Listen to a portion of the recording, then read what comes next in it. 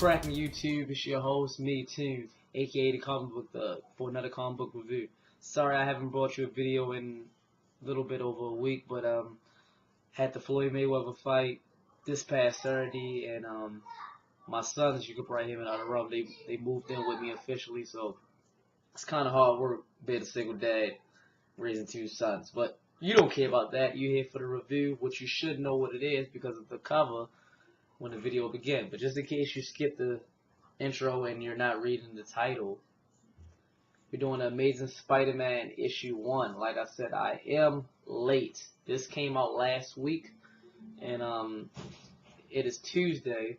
I think my son just broke something, but it's Tuesday, and it's Tuesday, May the 3rd, if I'm not mistaken. This came out April 28th. I'm not too sure. I'm not too sure. Anyway, it came out last week. But Amazing Spider-Man issue number 1, and this is like, I don't want to say a reboot, but you know, the Superior Spider-Man issue just ended, so they brought back Peter. He's back. He's on the cover. I like the cover. It's like 30 different cover arts, and I got a bunch of them. I'm not going to show the different ones. As a matter of fact, I am. Hold on.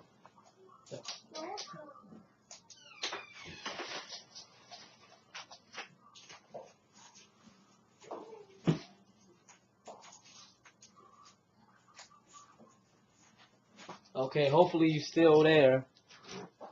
But just show you some of the. I bought a bunch of different ones, so the variant cover edition covers. You have this one. Hope you can see it because of the light. We have this one.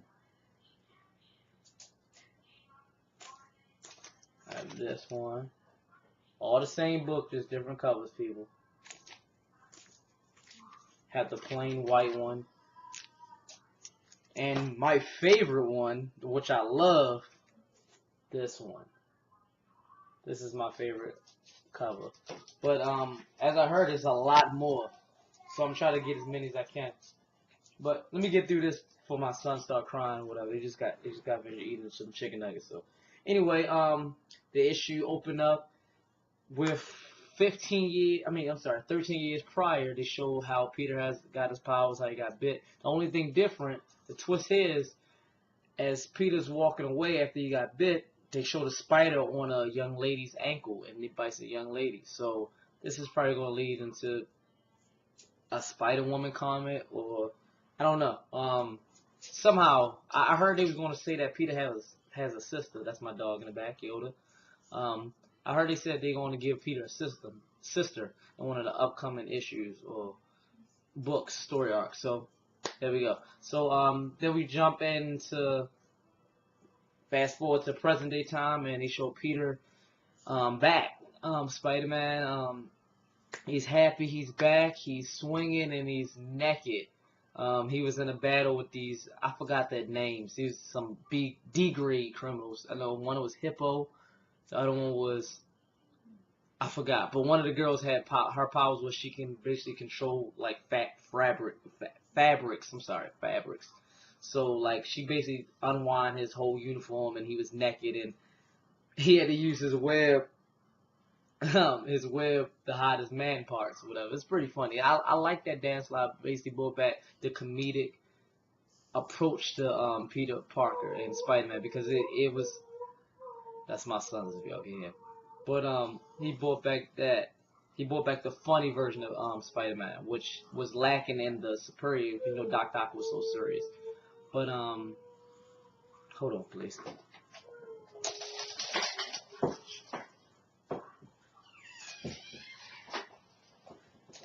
Okay, this is the last time I'm gonna leave y'all. Anyway, okay, so they show like different scenes from different places. They show the Avengers, like, oh, they say something funny like, it's good that I guess he's back, and he say, why you say that? He said because only Peter Parker could do something so stupid. Something like so stupid could happen to him. So that was funny.